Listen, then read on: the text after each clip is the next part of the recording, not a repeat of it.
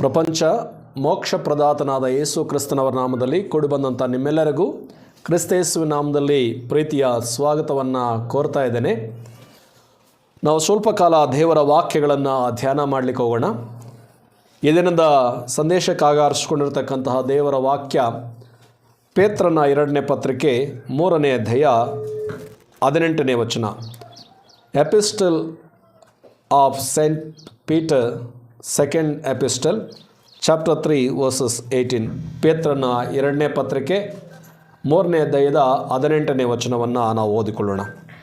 ನೀವು ಕೃಪೆಯಲ್ಲಿಯೂ ನಮ್ಮ ಕರ್ತನೂ ರಕ್ಷಕನೂ ಆಗಿರುವ ಯೇಸು ಕ್ರಿಸ್ತನ ವಿಷಯವಾದ ಜ್ಞಾನದಲ್ಲಿಯೂ ಅಭಿವೃದ್ಧಿಯನ್ನು ಹೊಂದುತ್ತಾ ಇರ್ರಿ. ಆತನಿಗೆ ಈಗಲೂ ಸದಾಕಾಲವೂ ಸ್ತೋತ್ರ. ಆಮೇನ್. ಆಮೇನ್. ದೇವರ ನಾಮಕ್ಕೆ ಸ್ತೋತ್ರ ಉಂಟಾಗಲಿ. ಓದಿದಂತಹ ಈ ವಾಕ್ಯ ಭಾಗ ಪೇತ್ರನ ಪತ್ರಿಕೆಯಲ್ಲಿ ಭಕ್ತನಾದಂಥ ಪೇತ್ರನ ಹೇಳ್ತಾ ಇದ್ದಾನೆ, ನೀವು ಕೃಪೆಯಲ್ಲಿಯೂ ನಮ್ಮ ಕರ್ತನೂ ರಕ್ಷಕನೂ ಆಗಿರುವ ಯೇಸು ಕ್ರಿಸ್ತನ ವಿಷಯವಾದ ಜ್ಞಾನದಲ್ಲಿಯೂ ಅಭಿವೃದ್ಧಿಯನ್ನು ಹೊಂದುತ್ತಾ ಇರ್ರಿ ಎಂಬುದಾಗಿ. ಪ್ರೀತಿಯ ದೇವಜನರೇ, ದೇವರ ಮಗನು ಇಲ್ಲವೇ ದೇವರ ಮಗಳು ದಿನ ದಿನವೂ ಅಭಿವೃದ್ಧಿಯನ್ನು ಹೊಂದಬೇಕು. ಅಭಿವೃದ್ಧಿ ಎಂಬುದಾಗಿ ಹೇಳುವಾಗ ಅದು ನಿರಂತರವೂ ನಡೆಯತಕ್ಕಂತಹ ಒಂದು ಪ್ರಕ್ರಿಯೆ. ಅಭಿವೃದ್ಧಿ ಅನ್ನುವಂಥದ್ದು ಕೇವಲ ಒಂದು ದಿನದಲ್ಲಿ ಅದು ನಡೆಯುವಂಥದ್ದಲ್ಲ, ಅದು ನಿರಂತರವಾಗಿ ಕೂಡ ಆಗಬೇಕಾಗಿರತಕ್ಕಂಥದ್ದು. ಅದನ್ನು ಇಂಗ್ಲೀಷಲ್ಲಿ ಪ್ರೋಗ್ರೆಸ್ ಎಂಬುದಾಗಿ ಕರೆಯುತ್ತಾರೆ. ಈ ಅಭಿವೃದ್ಧಿ ಅನ್ನುವಂಥದ್ದು ಪ್ರತಿ ದಿವಸವೂ ಕೂಡ ನಡೆಯುತ್ತದೆ, ಪ್ರತಿ ಕ್ಷಣವೂ ಕೂಡ ನಡೆಯುತ್ತದೆ. ನೋಡಿ, ಭೌತಿಕವಾಗಿ ನಾವು ಏನನ್ನು ಗಮನಿಸ್ತೇವೆ ಅಂತಂದರೆ, ಸಮಾಜ ಅದು ಪ್ರಕ್ರಿಯೆಯನ್ನು ಅಥವಾ ಅದು ಅಭಿವೃದ್ಧಿಯನ್ನು ಹೊಂದುತ್ತಾ ಇದೆ.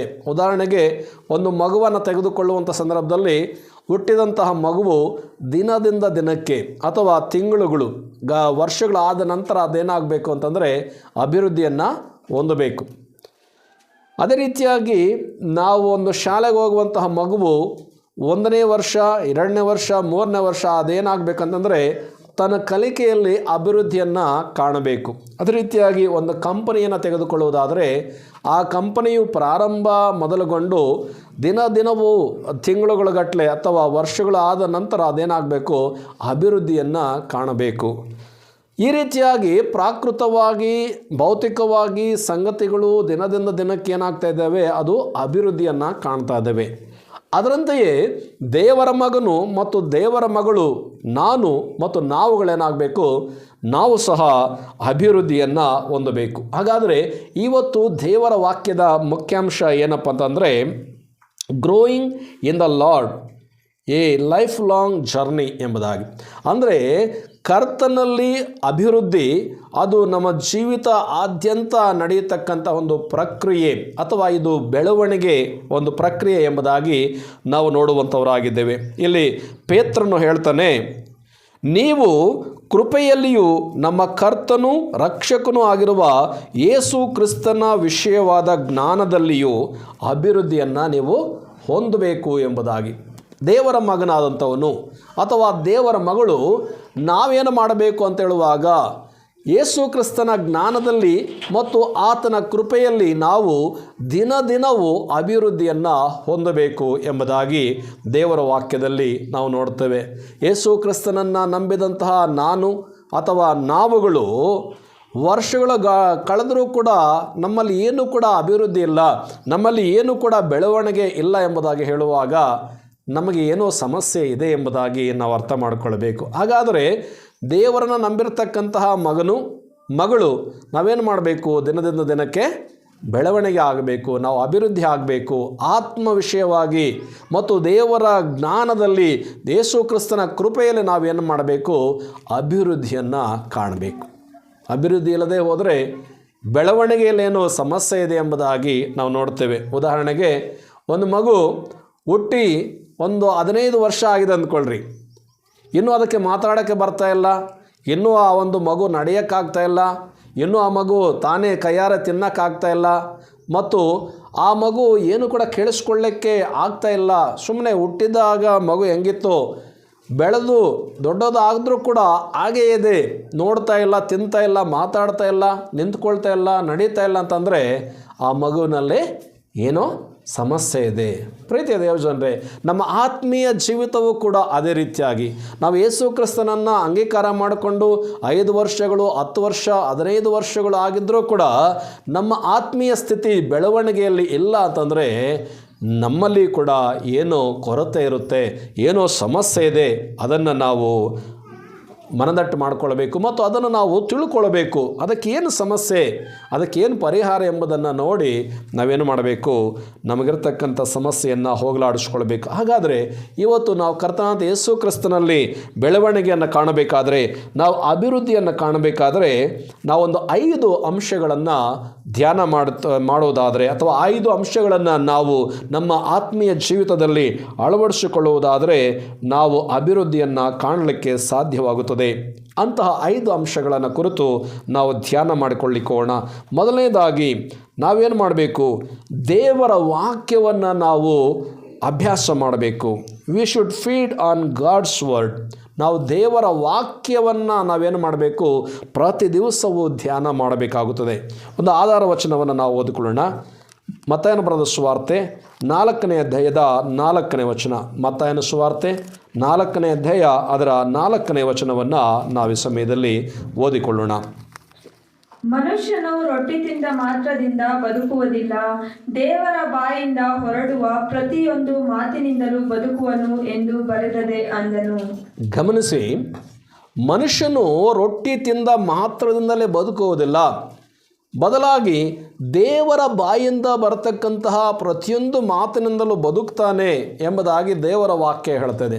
ಆದ್ದರಿಂದ ನಾವು ಬದುಕಬೇಕಾದ್ರೆ ಅಥವಾ ನಾವು ಆತ್ಮೀಯ ಸ್ಥಿತಿಯಲ್ಲಿ ನಾವು ಅಭಿವೃದ್ಧಿಯನ್ನು ಕಾಣಬೇಕಾದರೆ, ನಾವು ಬೆಳವಣಿಗೆ ಆಗಬೇಕಾದ್ರೆ ನಾವುಗಳೇನು ಮಾಡಬೇಕು, ದೇವರ ವಾಕ್ಯವನ್ನು ನಾವು ಅಭ್ಯಾಸ ಮಾಡಬೇಕು. ದೇವರ ವಾಕ್ಯವನ್ನು ನಾವು ಭುಜಿಸಬೇಕು. ದೇವರ ವಾಕ್ಯವನ್ನು ನಮ್ಮ ಜೀವಿತದಲ್ಲಿ ನಾವು ಅಭ್ಯಾಸವನ್ನು ಮಾಡುವಂಥವರಾಗಿರಬೇಕು.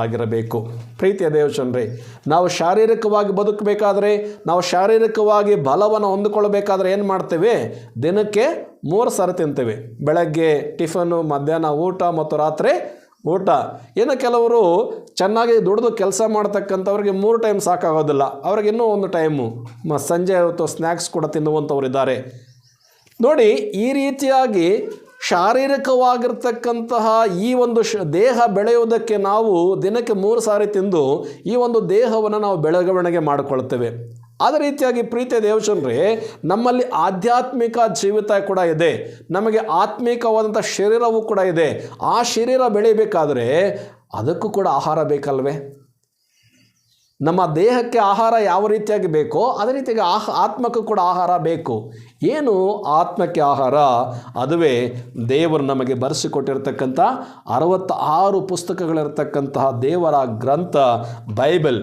ಆ ಬೈಬಲ್ ಇರತಕ್ಕಂತಹ ಮಾತುಗಳನ್ನು ನಾವೇನು ಮಾಡಬೇಕು, ಧ್ಯಾನಿಸಬೇಕು. ಕೀರ್ತನಕಾರನು 1ನೇ ಕೀರ್ತನೆ 2ನೇ ವಚನದಲ್ಲಿ ಹೇಳ್ತಾನೆ, ಯೆಹೋವನ ಧರ್ಮಶಾಸ್ತ್ರದಲ್ಲಿ ಆನಂದ ಪಡುವವನಾಗಿ ಅದನ್ನೇ ಹಗಲಿರುಳು ಧ್ಯಾನಿಸುತ್ತಿರುವವನು ಅವನೇನು ಎಷ್ಟೋ ಧನ್ಯನು. ಹಾಗಾದರೆ ಪ್ರೀತಿಯ ದೇವಜನರೇ, ನಾವು ಆಧ್ಯಾತ್ಮಿಕವಾಗಿ ಯೇಸು ಕ್ರಿಸ್ತನ ಜ್ಞಾನದಲ್ಲಿ ಆತನ ಕೃಪೆಯಲ್ಲಿ ಅಭಿವೃದ್ಧಿ ಆಗಬೇಕಾದ್ರೆ ಮೊದಲನೇದಾಗಿ ನಾವೇನು ಮಾಡಬೇಕು ಅಂತ ಹೇಳುವಾಗ ನಾವು ದೇವರ ವಾಕ್ಯವನ್ನು ಅಭ್ಯಾಸಿಸಬೇಕು. ಪ್ರೀತಿಯ ಸಹೋದರನೇ, ಸಹೋದರಿ, ದೇವರ ವಾಕ್ಯವನ್ನು ಅಭ್ಯಾಸ ಮಾಡ್ತಕ್ಕಂತಹ ಒಂದು ಅಭ್ಯಾಸ ನಿನ್ನಲ್ಲಿದೆಯಾ? ಆ ಒಂದು ಪ್ರಾಕ್ಟಿಕಲ್ ಜೀವಿತ ನಿನ್ನಲ್ಲಿದೆಯಾ ಎಂಬುದನ್ನು ನಾವು ಪರೀಕ್ಷೆ ಮಾಡಿಕೊಳ್ಳಬೇಕು.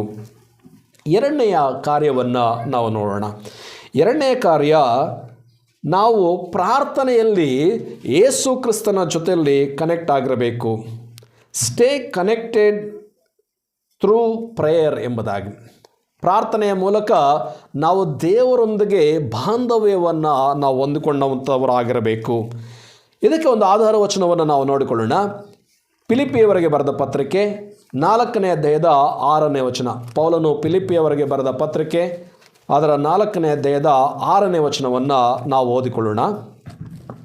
ಯಾವ ಸಂಬಂಧವಾಗಿಯೂ ಚಿಂತೆ ಮಾಡದೆ ಸರ್ವ ವಿಷಯದಲ್ಲಿ ದೇವರ ಮುಂದೆ ಕೃತಜ್ಞತಾಸ್ತುತಿಯನ್ನು ಪ್ರಾರ್ಥನೆ ವಿಜ್ಞಾಪನೆಗಳನ್ನು ಮಾಡುತ್ತಾ ನಿಮಗೆ ಬೇಕಾದದ್ದನ್ನು ತಿಳಿಯಪಡಿಸಿರಿ.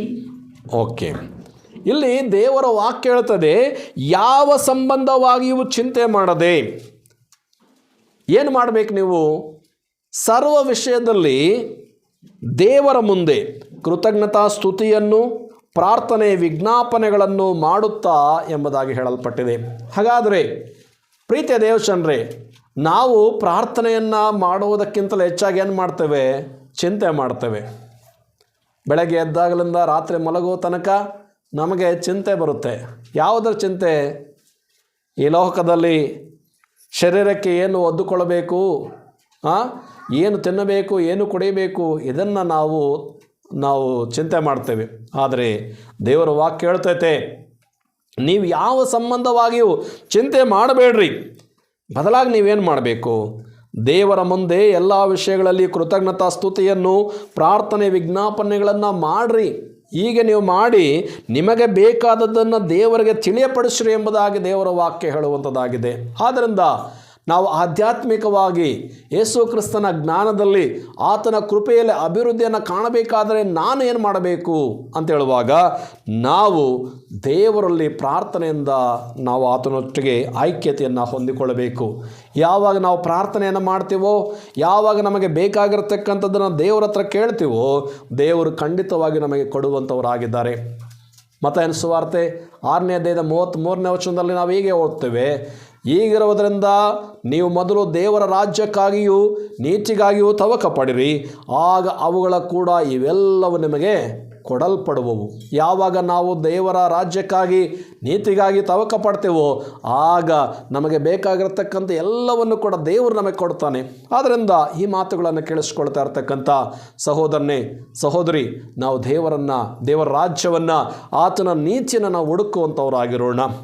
When we seek the Lord and His righteousness, all things will be given to us. So let us seek the Lord in prayer. ನಾವು ದೇವರನ್ನು ಪ್ರಾರ್ಥನೆಯಲ್ಲಿ ಹುಡುಕುವಂಥವರು ಆಗಿರೋಣ.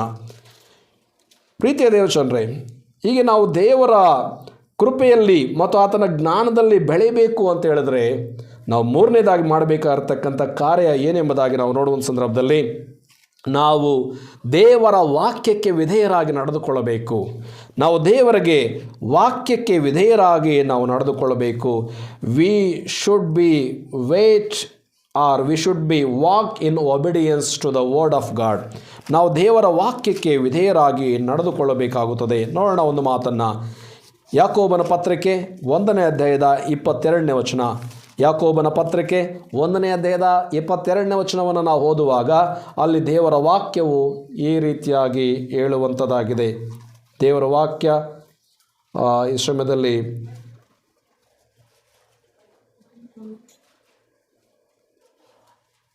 ದೇವರ ವಾಕ್ಯ 1:22 ನಾವು ಓದ್ಕೊಳ್ಳೋಣ. ಅದನ್ನು ವಾಕ್ಯದ ಪ್ರಕಾರ ನಡೆಯುವವರಾಗಿರಿ, ಅದನ್ನು ಕೇಳುವವರು ಮಾತ್ರವೇ ಆಗಿದ್ದು ನಿಮ್ಮನ್ನು ನೀವೇ ಮೋಸಗೊಳಿಸಬೇಡಿರಿ. ನೋಡಿ, ಇಲ್ಲಿ ದೇವರ ವಾಕ್ಯ ಹೇಳ್ತಾ ಇದೆ, ವಾಕ್ಯದ ಪ್ರಕಾರ ನಡೆಯುವವರಾಗಿರಿ. ಅಂದರೆ ಅಲ್ಲಿ ವಿಧೇಯತೆ ತೋರಿಸ್ರಿ, ವಾಕ್ಯಕ್ಕೆ ನೀವು ವಿಧೇಯತೆಯನ್ನು ತೋರಿಸ್ರಿ ಎಂಬುದಾಗಿ ಹೇಳ್ತಾ ಇದೆ. ಮಾತ್ರವಲ್ಲ, ಮುಂದುವರೆದು ದೇವರ ವಾಕ್ಯ ಹೇಳ್ತಾ ಇದೆ, ಅದನ್ನು ಕೇಳುವವರು ಮಾತ್ರವೇ ಆಗಿದ್ದು ನಿಮ್ಮನ್ನು ನೀವೇ ಮೋಸಗೊಳಿಸಬೇಡಿರಿ. ಪ್ರೀತಿಯ ದೇವಚಂದ್ರೇ, ಅನೇಕ ಸಾರಿ ನಾವು ದೇವರ ವಾಕ್ಯಗಳನ್ನು ಕೇಳಿಸ್ಕೊಳ್ತೇವೆ. ಆದರೆ ಒಂದು ಕೊರತೆ ಏನಪ್ಪ ಅಂತಂದರೆ, ನಾವು ದೇವರ ವಾಕ್ಯಕ್ಕೆ ವಿಧೇಯತೆಯನ್ನು ತೋರಿಸುವಂಥದ್ದನ್ನು ನಾವು ಅನೇಕ ಸಾರಿ ಸೋತು ಹೋಗ್ತೇವೆ. ಆದ್ದರಿಂದ ದೇವರ ವಾಕ್ಯ ಇವತ್ತು ನಮಗೆ ಎಚ್ಚರಿಸ್ತಾ ಇದೆ, ಸಹೋದರನೇ ಸಹೋದರಿ, ನೀನು ದೇವರ ವಾಕ್ಯವನ್ನು ಕೇಳುವಂಥವನು ಮಾತ್ರವೇ ಆಗಿರಬಾರದು, ಬದಲಾಗಿ ವಾಕ್ಯದ ಪ್ರಕಾರವಾಗಿ ನಡೆದುಕೊಳ್ಳುವಂಥವರು ನಾವು ಆಗಿರಬೇಕೆಂಬುದಾಗಿ ದೇವರ ವಾಕ್ಯ ನಮ್ಮನ್ನು ಎಚ್ಚರಿಸುವಂಥದ್ದಾಗಿದೆ. ಪ್ರೀತಿಯ ದೇವಚಂದ್ರ, ನಮ್ಮ ಜೀವಿತಗಳಲ್ಲಿ ಎಷ್ಟೋ ಸಾರಿ ಎಷ್ಟೋ ವಾಕ್ಯಗಳನ್ನು ನಾವು ಕೇಳಿಸ್ಕೊಂಡಿದ್ದೇವೆ, ಆದರೆ ಅದಕ್ಕೆ ವಿಧೇಯತೆಯನ್ನು ತೋರಿಸ್ತಾ ಇದ್ದೇವಾ ಎಂಬುದಾಗಿ ಹೇಳುವಾಗ ಇಲ್ಲ ಪ್ರಿಯರೇ. ಏನಾಗುತ್ತೆ ಅಂತಂದರೆ, ನಮ್ಮ ಜೀವಿತಗಳಲ್ಲಿ ದೇವರ ವಾಕ್ಯವನ್ನು ಒಂದು ಕಿವಿಯಿಂದ ಕೇಳಿ ಮತ್ತೊಂದು ಕಿವಿಯಿಂದ ಬಿಟ್ಟು ಬಿಡುತ್ತೇವೆ. ವಾಕ್ಯ ಏನು ಹೇಳುತ್ತೆ ಗೊತ್ತಾ? ನೀವು ವಾಕ್ಯವನ್ನು ಕೇಳಿಸಿಕೊಳ್ಳುವಂಥವರು ಮಾತ್ರವೇ ಆಗಿದ್ದು ಆ ವಾಕ್ಯದ ಪ್ರಕಾರವಾಗಿ ನೀವು ನಡೆದುಕೊಳ್ಳದವರು ಆಗದೆ ಹೋದರೆ ನಿಮ್ಮನ್ನು ನೀವೇ ಮೋಸ ಪಡಿಸ್ಕೊಳ್ತೀರಿ ಎಂಬುದಾಗಿ ಹೇಳ್ತಾ ನೋಡ್ರಿ, ನಾವು ಅನೇಕ ಸಾರಿ ಬೇರೆಯವರು ನಮ್ಮನ್ನು ಮೋಸ ಮಾಡಿದ್ರು, ಇವರು ನಮ್ಮನ್ನು ವಂಚಿಸಿದ್ರು ಎಂಬುದಾಗಿ ಹೇಳ್ತೇವೆ. ಯಾವತ್ತಾದರೂ ನಾನೇ ಮೋಸ ಮಾಡ್ಕೊಂಡಿದ್ದೇನೆ ಎಂಬುದಾಗಿ ಹೇಳಿದ್ದೇವಾ? ಇಲ್ಲ ಪ್ರೇರೆ. ಆದರೆ ಬೈಬಲ್ ಹೇಳುತ್ತೆ, ನಾವು ವಾಕ್ಯವನ್ನು ಕೇಳಿಸ್ಕೊಳ್ಳುವಂಥವ್ರು ಮಾತ್ರವೇ ನಾವಾಗಿ ವಾಕ್ಯದ ಪ್ರಕಾರವಾಗಿ ನಾವು ನಡೆಯದೇ ಹೋದರೆ ಅಥವಾ ವಾಕ್ಯದ ಪ್ರಕಾರವಾಗಿ ನಾವು ನಡ್ಕೊಳ್ಳದೇ ಇದ್ದರೆ ನಮ್ಮನ್ನು ನಾವೇ ಮೋಸಪಡಿಸ್ಕೊಳ್ತೇವೆ. ನೋಡಿ, ನಮ್ಮನ್ನು ನಾವು ಮೋಸಪಡಿಸ್ಕೊಳ್ಳುವಂಥದ್ದು ಎಷ್ಟು ದೊಡ್ಡ ಅಪಾಯ. ಆದ್ದರಿಂದ ನಾವು ದೇವರ ವಾಕ್ಯದ ಪ್ರಕಾರವಾಗಿ ನಾವು ನಡೆಯುವಂಥವರು ಆಗಿರೋಣ. ಇನ್ನು 4ನೇದಾಗಿ, ನಾವು ದೇವರ ಕೃಪೆಯಲ್ಲಿ ಯೇಸು ಕ್ರಿಸ್ತನ ಜ್ಞಾನದಲ್ಲಿ ನಾವು ಅಭಿವೃದ್ಧಿ ಆಗಬೇಕಾದ್ರೆ ನಾವೇನು ಮಾಡಬೇಕು ಅಂತೇಳೋ ಒಂದು ಸಂದರ್ಭದಲ್ಲಿ ಇತರ ವಿಶ್ವಾಸಿಗಳ ಜೊತೆಯಲ್ಲಿ ನಮಗೆ ಒಳ್ಳೆಯ ಅನ್ಯೂನ್ಯತೆಯನ್ನು ನಾವು ಹೊಂದಿಕೊಳ್ಳಬೇಕು. We should have the fellowship with other believers. ನಾವು ಇತರ ವಿಶ್ವಾಸಿಗಳ ಜೊತೆಯಲ್ಲಿ ನಾವೇನು ಮಾಡಬೇಕು? ಅನ್ಯೂನ್ಯತೆಯನ್ನು ನಾವು ಹೊಂದಿಕೊಳ್ಳಬೇಕು. ಒಂದು ಮಾತನ್ನು ನೋಡಿಕೊಳ್ಳೋಣ. ಜ್ಞಾನೋಕ್ತಿಗಳ ಗ್ರಂಥ 27ನೇ ಅಧ್ಯಾಯದ 17ನೇ ವಚನ. Proverbs chapter 27 versus 17. ಪ್ರಾವರ್ಬ್ಸ್ 27:17. ಜ್ಞಾನೋಕ್ತಿಗಳ ಗ್ರಂಥ 27ನೇ ಅಧ್ಯಾಯ ಅದರ 17ನೇ ವಚನ. ಕಬ್ಬಿಣವು ಕಬ್ಬಿಣವನ್ನು ಹೇಗೋ ಮಿತ್ರನು ಮಿತ್ರನ ಬುದ್ಧಿಯನ್ನು ಹಾಗೆ ಅರಿತ ಮಾಡುವನು. ಆಮೇನ್. ನೋಡಿ, ಇಲ್ಲಿ ವಾಕ್ಯ ಹೇಳ್ತದೆ, ಕಬ್ಬಿಣವು ಕಬ್ಬಿಣವನ್ನು ಹೇಗೋ ಹಾಗೆಯೇ ಮಿತ್ರನು ಮಿತ್ರನ ಬುದ್ಧಿಯನ್ನು ಹಾಗೆ ಅರಿತ ಮಾಡುವನು ಎಂಬುದಾಗಿ. ಅಂದರೆ ನಾವು ಒಳ್ಳೆಯವರ ಸಹವಾಸವನ್ನು ಮಾಡಿದ್ರೆ ನಮಗೆ ಒಳ್ಳೆಯ ಅಭ್ಯಾಸಗಳು ಬರ್ತೈತೆ, ಒಳ್ಳೆಯ ಗುಣ ಬರ್ತೈತೆ, ಒಳ್ಳೆಯ ಬುದ್ಧಿ ಬರ್ತೈತೆ. ಅದೇ ನಾವು ಕೆಟ್ಟವರ ಸಹವಾಸ ಮಾಡಿದ್ರೆ ಅವರಲ್ಲಿರ್ತಕ್ಕಂಥ ಕೆಟ್ಟ ಗುಣಗಳೆಲ್ಲವೂ ಕೂಡ ನಮಗೂ ಕೂಡ ಬರ್ತೈತೆ. ಪ್ರೀತಿಯ ದೇವಜನರೇ, ಇಂಗ್ಲೀಷಲ್ಲಿ ಒಂದು ಪ್ರಾವರ್ಬ್ ಇದೆ, ಏನಂತಂದರೆ say about your friend and I will say about you. ಅಂದರೆ ನಿಮ್ಮ ಸ್ನೇಹಿತರ ಬಗ್ಗೆ ನನಗೆ ಹೇಳು, ನಾನು ನಿನ್ನ ಬಗ್ಗೆ ಹೇಳ್ತೇನೆ ಎಂಬುದಾಗಿ. ಅಂದರೆ ನಾವು ಯಾರ ಸ್ನೇಹದಲ್ಲಿದ್ದೇವೆ, ನಾವು ಎಂಥವರ ಸಹವಾಸದಲ್ಲಿದ್ದೇವೆ ಅನ್ನುವಂಥದ್ದು ಮುಖ್ಯವಾಗುತ್ತದೆ. ಪ್ರೀತಿಯ ದೇವಜನರೇ, ನಾವು ದೇವರ ಕೃಪೆಯಲ್ಲಿ ಯೇಸು ಕ್ರಿಸ್ತನ ಜ್ಞಾನದಲ್ಲಿ ಅಭಿವೃದ್ಧಿ ಆಗಬೇಕಾದ್ರೆ 4ನೇದಾಗಿ ನಾವೇನು ಮಾಡಬೇಕು ಅಂತ ಹೇಳುವಾಗ, ನಾವು ದೇವರ ಮಕ್ಕಳ ಜೊತೆಯಲ್ಲಿ ನಾವು ಅನ್ಯೂನ್ಯತೆಯನ್ನು ಸಹವಾಸವನ್ನು ಹೊಂದಿಕೊಳ್ಳಬೇಕು. ಇನ್ನೂ ಕೂಡ ದೇವರ ವಾಕ್ಯನ ಹೇಳುತ್ತದೆ ಗೊತ್ತಾ, ನೀವು ಕ್ರಿಸ್ತ ನಂಬಿಕೆ ಇಲ್ಲದವ್ರ ಜೊತೆಯಲ್ಲಿ ಸೇರಿ ಅವರೊಂದಿಗೆ ಇಜ್ಜೋಡು ಆಗಬೇಡ್ರಿ. ಕ್ರಿಸ್ತನನ್ನು ನಂಬುವಂಥವರಿಗೂ ನಂಬದೇ ಇರತಕ್ಕಂಥವ್ರಿಗೂ ಒಡನಾಟ ಏನೆಂಬುದಾಗಿ ದೇವರ ವಾಕ್ಯ ಹೇಳ್ತದೆ. ಹಾಗಾದರೆ ಪ್ರೀತಿಯ ಸಹೋದರನೇ, ಸಹೋದರಿ, ನಿನ್ನ ಜೀವಿತದಲ್ಲಿ ನೀನು ಯಾರ ಜೊತೆ ಸಹವಾಸ ಮಾಡ್ತಾ ಇದೆಯಾ, ನೀನು ಯಾರ ಜೊತೆ ಅನ್ಯೂನ್ಯತೆಯಲ್ಲಿ ಇದೆಯಾ ಎಂಬುದನ್ನು ನೀನು ಪರೀಕ್ಷೆ ಮಾಡಿಕೊಳ್ಳಬೇಕು. ನೀನು ಅನ್ಯರ ಜೊತೆ, ನೀನು ಕುಡುಕರ ಜೊತೆ, ನೀನು ಸುಳ್ಳು ಹೇಳ್ತಕ್ಕಂಥವ್ರ ಜೊತೆ, ನೀನು ವ್ಯಭಿಚಾರಿಗಳ ಜೊತೆ, ಇಸ್ಪೀಟ್ ಆಡುವಂಥವ್ರ ಜೊತೆ ನೀನು ಸೇರಿಕೊಂಡ್ರೆ ಅವರಲ್ಲಿರ್ತಕ್ಕಂಥ ಕೆಟ್ಟ ಗುಣಗಳು ನಿನಗೆ ಬರ್ತೈತೆ.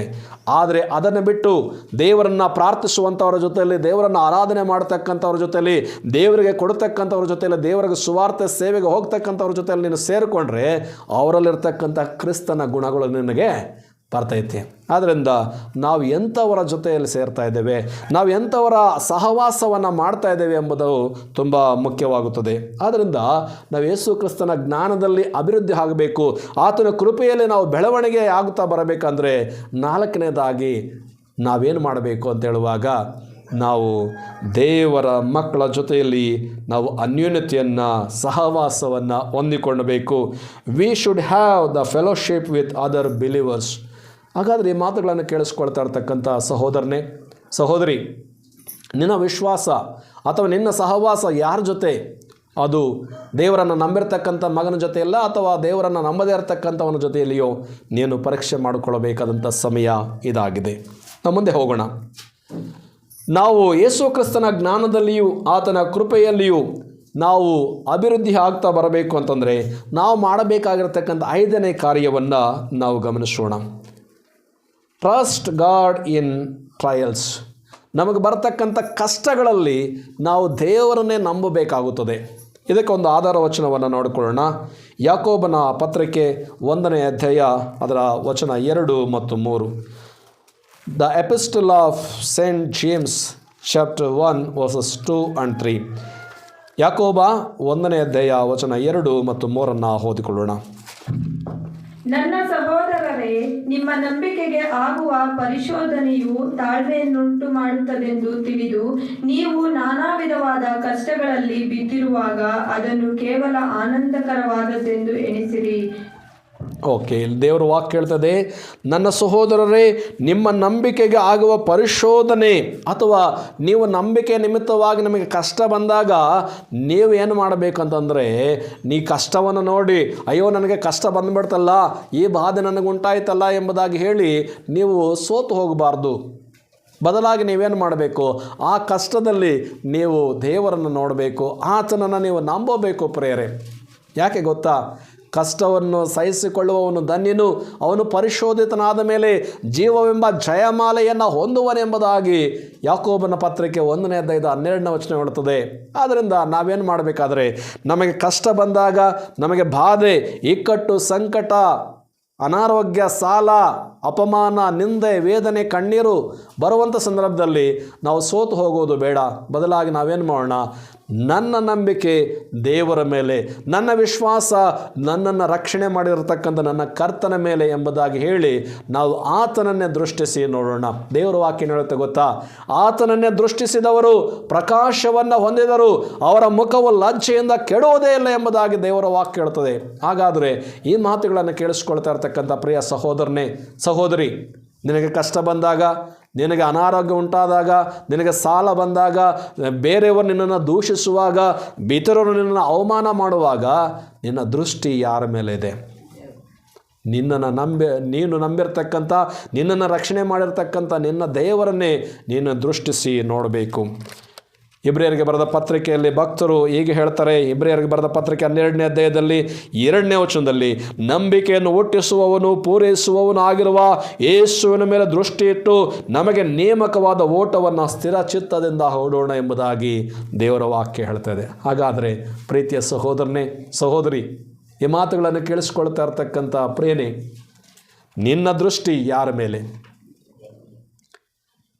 ಕಷ್ಟ ಬಂದಾಗ, ಇಕ್ಕಟ್ಟು, ಬಾಧೆ, ನೋವು ಸಂಭವಿಸಿದಾಗ ನೀನು ದೇವರನ್ನೇ ದೃಷ್ಟಿಸಿ ನೋಡಬೇಕಲ್ವೇ? ನಿನ್ನ ಅಪಾಯದ ವೇಳೆಯಲ್ಲಿ, ನಿನ್ನ ಇಕ್ಕಟ್ಟಿನ ವೇಳೆಯಲ್ಲಿ, ನಿನಗೆ ಸಂಕಷ್ಟ ಎದುರಾದಾಗ ನಿನ್ನನ್ನು ರಕ್ಷಿಸುವವನು, ನಿನ್ನನ್ನು ತಪ್ಪಿಸುವವನು ದೇವರೇ ಆಗಿರುವಾಗ ನೀನು ಆ ದೇವರನ್ನೇ ದೃಷ್ಟಿಸಿ ನೋಡಬೇಕು.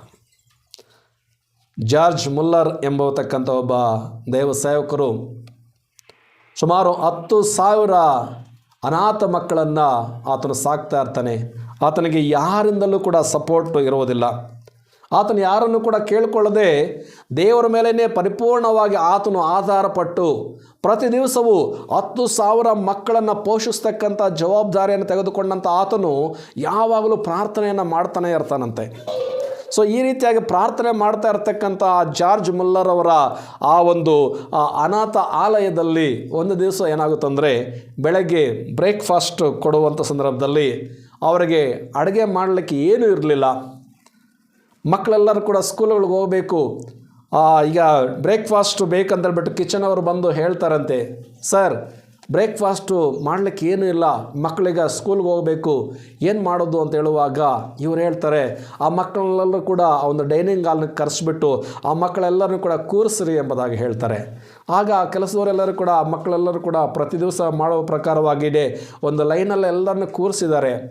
ಅವ್ರಿಗೆಲ್ಲರಿಗೂ ಆಶ್ಚರ್ಯ ಆಗ್ತಾಯಿದೆ, ಇದೇನಿದು ಸಾರಿ ಈ ಥರ ಹೇಳ್ತಾ ಇದ್ದಾರೆ, ಈಗ ಮತ್ತೆ ಅಡುಗೆನೇ ಮಾಡಿಲ್ಲ, ಆದರೆ ಇವರು ಮಕ್ಕಳನ್ನೆಲ್ಲರನ್ನೂ ಕೂರಿಸ್ರಿ ಎಂಬುದಾಗಿ ಹೇಳ್ತಾ ಇದ್ದಾರಲ್ಲ, ಏನಿದು ಎಂಬುದಾಗಿ ಹೇಳುವಂಥ ಸಂದರ್ಭದಲ್ಲಿ ಅವ್ರಿಗೆ ಆಶ್ಚರ್ಯ ಆಗಿ ಅದೇ ಥರ ಅವರು ಇರುವಂಥ ಸಂದರ್ಭದಲ್ಲಿ ಮಕ್ಕಳೆಲ್ಲರೂ ಬಂದು ಕೂತ್ಕೊಂಡ್ರು ಅವರು ಟಿಫನ್ ಮಾಡಲಿಕ್ಕೆ ಅಂತ ಹೇಳ್ಬಿಟ್ಟು. ಆದರೆ ಏನೂ ಅಡುಗೆ ಮಾಡಿಲ್ಲ. ಈ ಜಾರ್ಜ್ ಮುಲ್ಲವರಿಗೆ ಒಂದೇ ನಂಬಿಕೆ, ಒಂದೇ ವಿಶ್ವಾಸವಿದೆ, ದೇವರು ಹೇಗೋ ನಮಗೆ ಒದಗಿಸ್ತಾರೆ ಎಂಬುದಾಗಿ. ಮಕ್ಕಳೆಲ್ಲ ಬಂದು ಕೂತ್ಕೊಂಡ್ರು, ಎಲ್ಲರಿಗೂ ಕೂಡ ಪ್ಲೇಟ್ಗಳು ಕೊಟ್ಟರು. ಆ ಸಂದರ್ಭದಲ್ಲಿ ಇವರು ಪ್ರಾರ್ಥನೆ ಮಾಡ್ತಾ ಇರಬೇಕಾದ್ರೆ ಆ ಒಂದು ಆರ್ಫನೇಜನ್ನ ಬಾಗಿಲಲ್ಲಿ ಯಾರೋ ಬಂದು ಡೋರ್ ತಟ್ತಾ ಇದ್ದಾರೆ, ಟಪ್ ಟಪ್ ಟಪ್ ಟಪ್ ಅಂತ ಹೇಳ್ಬಿಟ್ಟು.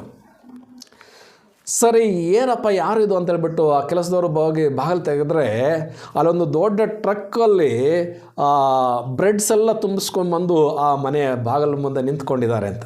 ಏನಂತಂದರೆ ಏನೋ ಗೊತ್ತಿಲ್ಲ, ರಾತ್ರಿ ಎಲ್ಲ ದೇವರು ನನಗೆ ನಿದ್ದೆ ಕೊಡಲಿಲ್ಲ, ರಾತ್ರಿ ಎಲ್ಲ ನಾನು ಈ ಒಂದು ಬ್ರೆಡ್ಸನ್ನೆಲ್ಲ ಕೂಡ ನಾನು ಬೇಕರಿಯಲ್ಲಿ ತಯಾರು ಮಾಡಿ ನಿಮ್ಗೆ ಕೊಡಬೇಕಂತ ಅನಿಸ್ತು.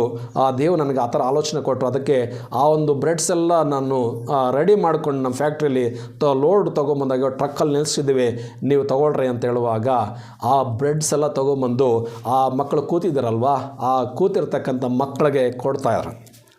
ಇನ್ನು ಸ್ವಲ್ಪ ಹೊತ್ತಿಗೆ ಒಬ್ಬ ಹಾಲಿನ ಟ್ರಕ್ನವನು ಏನು ಮಾಡ್ತಾನೆ, ಆ ಒಂದು ಅವರ ಹಾಸ್ಟೆಲ್ ಹತ್ರ ಬಂದು ಅವ್ರಿಗೆ ಒಂದು ಮಾತು ಹೇಳ್ತಾನೆ. ಏನಂತಂದರೆ, ನಾನು ಒಂದು ದಾರಿಯಲ್ಲಿ ಹೋಗ್ತಾ ಇದ್ದೆ, ದಾರಿಯಲ್ಲಿ ಹೋಗ್ತಾ ಇರುವಂಥ ಸಂದರ್ಭದಲ್ಲಿ ನನ್ನ ಹಾಲಿನ ಟ್ರಕ್ಕು ಇಲ್ಲಿ ಬ್ರೇಕ್ ಡೌನ್ ಆಗಿದೆ, ಆ ಒಂದು ಟ್ರಕ್ ಕೆಟ್ಟೋಗಿದೆ, ಹಾಲನ್ನು ಬೇರೆ ಕಡೆ ತೊಗೊಂಡು ಹೋಗ್ಲಿಕ್ಕೆ ಆಗೋದಿಲ್ಲ, ಅದರಿಂದ ನಿಮ್ಮ ಮಕ್ಕಳಿಗೆ ನನ್ನ ವ್ಯಾನಲ್ಲಿರ್ತಕ್ಕಂಥ ಎಲ್ಲ ಹಾಲನ್ನು ಕೂಡ ಕೊಡ್ತೀನಿ, ಆ ಹಾಲನ್ನು ನೀವು ತಗೊಂಡು ಮಕ್ಕಳಿಗೆ ಕೊಡ್ರಿ ಎಂಬುದಾಗಿ ಹೇಳ್ತಾರೆ.